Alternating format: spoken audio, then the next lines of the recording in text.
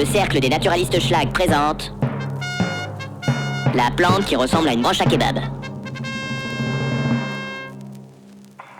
Qu'il est bon de faire patauger ses pipes dans un petit cours d'eau, une mare ou un étang.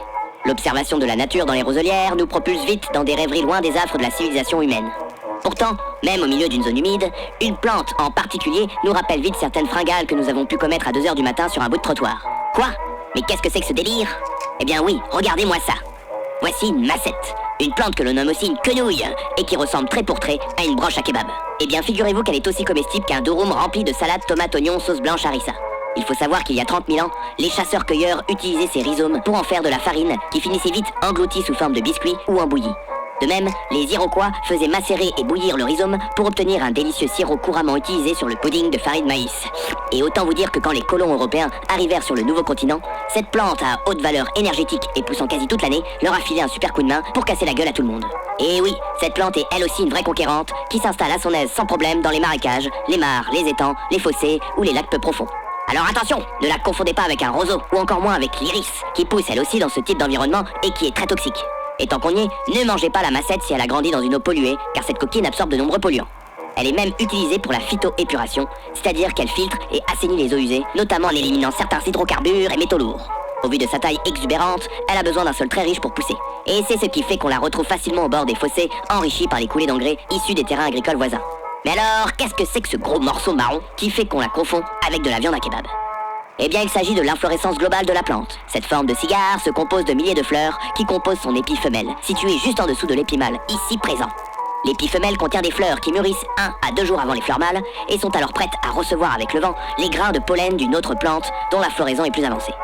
Au fil de l'automne et de l'hiver, l'épi va ensuite s'effriter et disperser avec le vent ses fruits couverts de poils blancs en guise de parachute. Celui-ci va atterrir dans l'eau et ouvrir son enveloppe externe pour faire sortir une graine dotée d'une petite pointe, très pratique pour se fixer au fond de l'eau. Et le plus dingue, c'est qu'elle peut même se planter dans les écailles des poissons pour être transportée encore plus loin vers un dieu.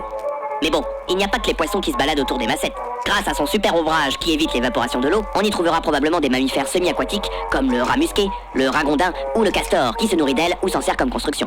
On y trouvera aussi des petits scarabées, pendant que des oiseaux nicheront sur la plante, tels les foulques macroules, les galinules poules d'eau, les canards à col vert, de même que des passereaux en milieu humide comme les rousserolles et farvates ou le bruant des roseaux. Et puis les cirfes viendront pondre dans ces plantes, dont les petits se nourriront des pucerons qui s'y logent. Et du coup, les coccinelles vont se la ramener, car ces goinfres aiment bien aussi bouffer les pucerons elles aussi. Et pendant que les libellules vont les mater en se reposant un petit coup sur une feuille, des escargots aquatiques profiteront de la scène pour bouffer en paix la plante, pendant que des araignées sauteuses s'installeront dans les graines foliaires pour y passer l'hiver au chaud. Et je ne parle même pas des salamandres, des grenouilles, des champignons parasites ou des algues microscopiques qui squattent cette plante. Lorsque cette plante meurt, elle laisse un couvert végétal important qui a tendance à empêcher d'autres plantes d'y pousser et assèche vite la zone humide. Il est donc important de gérer sa présence sans pour autant l'éliminer drastiquement, hein? Alors, voyons voir si vous êtes un vrai naturaliste schlag. Parmi tous ces kebabs 100% végétal et cuits au feu doux, lequel est très toxique?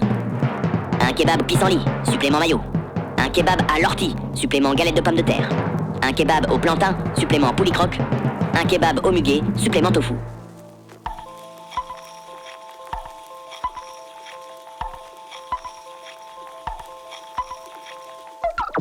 Eh bien, le kebab qu'il ne faut surtout pas consommer est le kebab au muguet.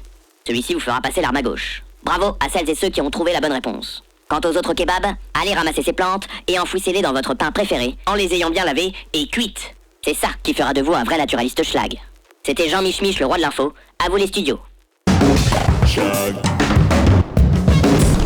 Schlag nature. La nature, c'est gros schlag.